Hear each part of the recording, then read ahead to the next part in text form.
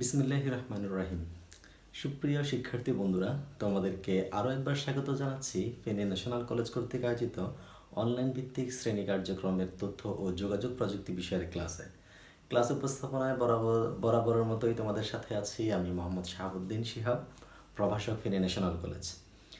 আমি গত ক্লাসে আলোচনা করেছিলাম কিভাবে বাইনারি সংখ্যাকে ডেসিমাল সংখ্যায় রূপান্তর করা যায়।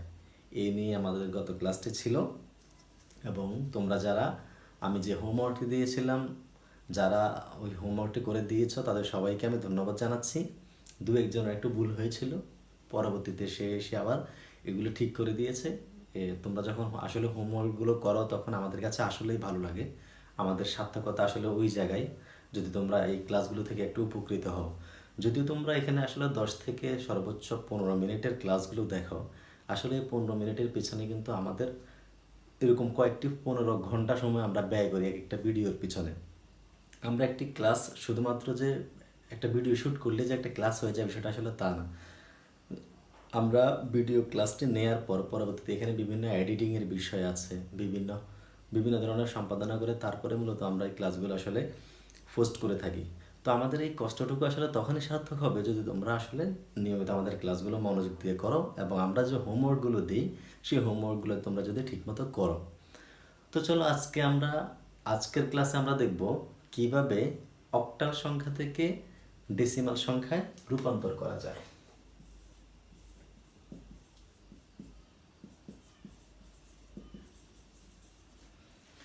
আজকে আমরা দেখব কিভাবে অক্টাল সংখ্যাকে রূপান্তর করে আমরা ডেসিমাল সংখ্যায় নিয়ে যাব।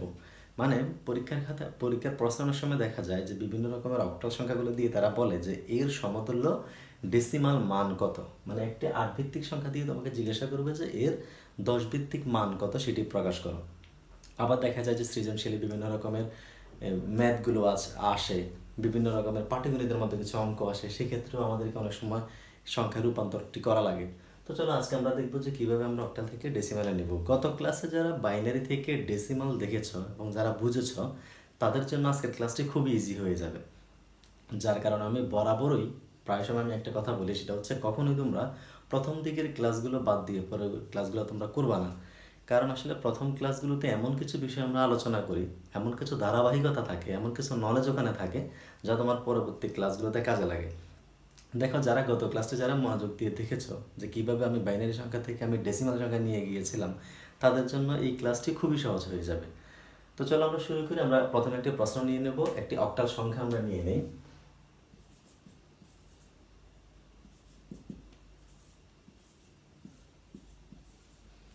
এটি একটি অক্টাল সংখ্যা। কিভাবে বুঝবো? কারণ এটার বেজ হচ্ছে 8 এবং দেখো এখানে কোনো অঙ্ক সর্বোচ্চ 7-এর উপরে কিন্তু নেই।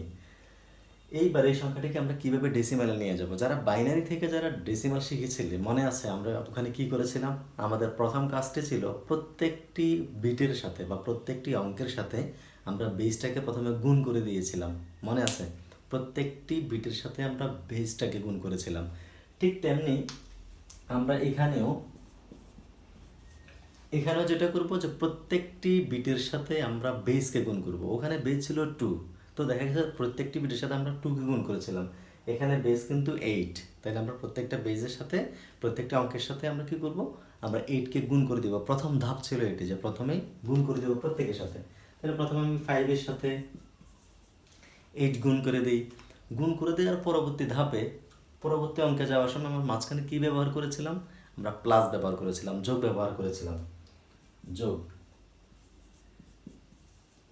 এটার সাথেও আমি 8কে গুণ করে দিলাম, বেসকে গুণ করলাম। তারপর 7-এর সাথেও আমি 8কে গুণ করে দিলাম। যেখানে রেডিক্স পয়েন্ট ছিল আমি বলেছিলাম যে রেডিক্স পয়েন্টের পরবর্তী ভগ্নাংশটাকে আমরা যোগ আকারে নিয়ে আসব, কারণ ভগ্নাংশগুলো একটা সময় যোগ হয়ে পূর্ণ সংখ্যায় রূপান্তর হয় বা পরিণত হয়। তাহলে আমরা এখানে সরাসরি এখন যোগ বসিয়ে দিতে পারি। 0-র সাথেও 8, 2-এর সাথেও 8। জাস্ট মনে রাখবো যে এই দুটো ছিল দশমিকের পরে আর এগুলো ছিল দশমিকের আগে, পূর্ণ সংখ্যা। প্রথম ধাপটি ছিল কি করেছিলাম? প্রত্যেকটি বিটের সাথে বেসে গুণ করেছিলাম। তারপর কি করেছিলাম? আমরা পাওয়ার বা ঘাত বসিয়েছিলাম, মনে আছে?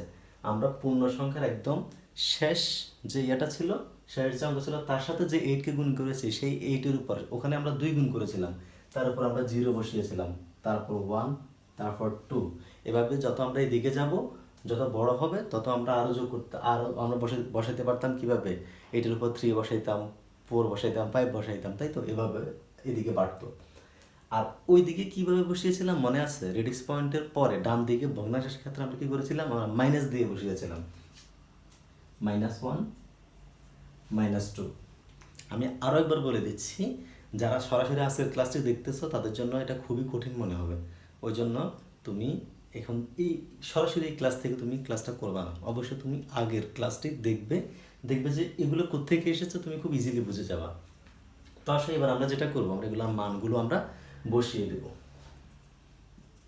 আচ্ছা বলো তো এখানে প্রথমটির মান কত হবে? প্রথমটির মান হবে, এখানে কতটি 8 আছে, 8 এর উপরে স্কোয়ার মানে এখানে দুইটি 8 আছে, মানে 8 গুণ 8, 8 8 64, তাহলে 5 ইন্টু 64, আর এখানে 3 ইন্টু 8 একে 8। আচ্ছা এখানে কি বলেছিলাম যে কোনো একটি অঙ্কের উপর পাওয়ার যখন 0 হবে, যে কোনো অঙ্কের উপর, তখন ওই পুরো অঙ্কটির মান হবে 1, তাহলে 7 ইন্টু 1। আচ্ছা এটা কিভাবে করেছিলাম? এটা করেছিলাম কি, বলেছিলাম যে যখনই ঋণাত্মক কোনো পাওয়ার আসবে তখন একটা শর্টকাট নিয়ম দেখিয়েছিলাম, বলেছিলাম যে এটা সবসময় ভগ্নাংশ আকারে হবে এবং সবসময় উপরে 1 হবে, আর নিচে কত কত হবে, নিচে এই মাইনাসটা বাদ দিয়ে চিন্তা করার কথা বলেছিলাম, যে মাইনাসটি বাদ দিয়ে তুমি মান বের করবা। তো মাইনাসটা যদি বাদ দাও তাহলে এটার মান কত হবে দেখো তো, 8 এর উপর পাওয়ার 1 আছে, তাহলে এটার মান হচ্ছে 8 প্লাস 2 ইন্টু 1/7। একইভাবে এখানে কয়টা 8 আছে, দুইটা, তাহলে 8 8 64। আচ্ছা তারপরে কি করব আমরা, তারপর জাস্ট এই মানগুলো আমরা বসিয়ে দেবো। দেখো যদি আমরা 5 দিয়ে যদি আমরা 64 গুণ করি, 4 5 20, 5 30, 32, প্লাস 3 24, 7। 0 দিয়ে যখন তুমি কোনো একটা অঙ্ককে গুণ করবে তখন ওই অঙ্কের মান কত আসে, যখন তুমি 0 দিয়ে কোনো একটা অঙ্ককে গুণ করবে, সেটি যত ছোট যত বড় অঙ্কই হোক না কেন, রেজাল্টটা আসে 0। তাহলে আমরা আর ভাঙবো, আর টেনে কাজ করবো না, সরাসরি এটা 0 বসিয়ে দিই। প্লাস 2 ইন্টু 1/64, মানে 1কে 64 দ্বারা ভাগ করবা। এক্ষেত্রে অবশ্যই আমাদের ক্যালকুলেটরের প্রয়োজন রয়েছে। আমরা যদি ভাগ করি কতকে, 1কে ভাগ করবো আমরা কত দিয়ে, 64 দ্বারা, তাহলে আসে 0.015625, বিশাল একটি অঙ্ক আসে, এটা 0.015625। তো আমরা আসলে এত বড় অঙ্ক নেওয়ার দরকার নেই, আমরা দশমিকের পরে 3টি ডিজিট নিলে হয়ে যায়। 3টি ডিজিট নেব, তো 3টি ডিজিট নেওয়ার ক্ষেত্রে নিয়ম কি, 3টি ডিজিট নেওয়ার ক্ষেত্রে নিয়ম হচ্ছে তৃতীয় ডিজিটটির পরের ডিজিটটি দেখতে হবে যে চতুর্থ ডিজিটটি 5 কিংবা তার চাইতে বড় কিনা। যদি 5 কিংবা তার চাইতে বড় হয় তবে এই তৃতীয় নম্বর ডিজিটের সাথে 1 যোগ করে দিবা। এটা হচ্ছে তিন ডিজিট নেওয়ার নিয়ম। যে 3-এর পরবর্তী অঙ্কটি এটি যদি 5 বা 5-এর চাইতে বেশি হয় তবে এটার সাথে 1 যোগ করে দিবা। তাহলে এটাকে আমরা লিখতে পারি 0.016, 0.016। আচ্ছা এবার আমরা যোগ করে ফেলি, 7 4 11, 1 হাতের 1, 3 3 2 5 3।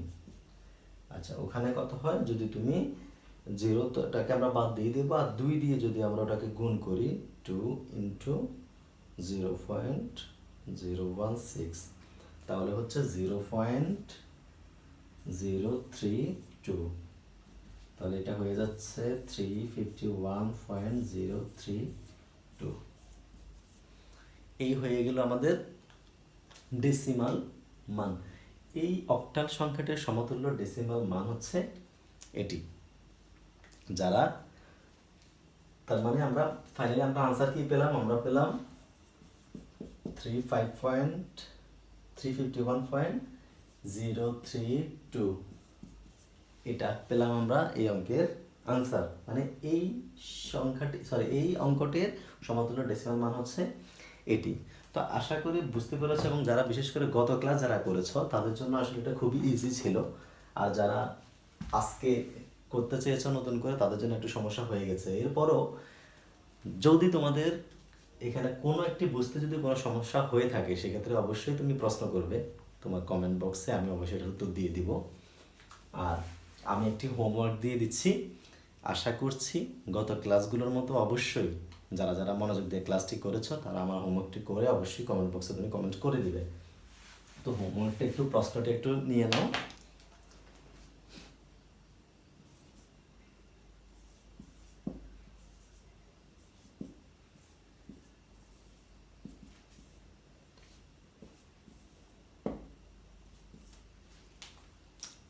এই অঙ্কটির সমতুল্য ডেসিমাল মান কত সেটি বের করে কমেন্ট বক্সে কমেন্ট করে দাও।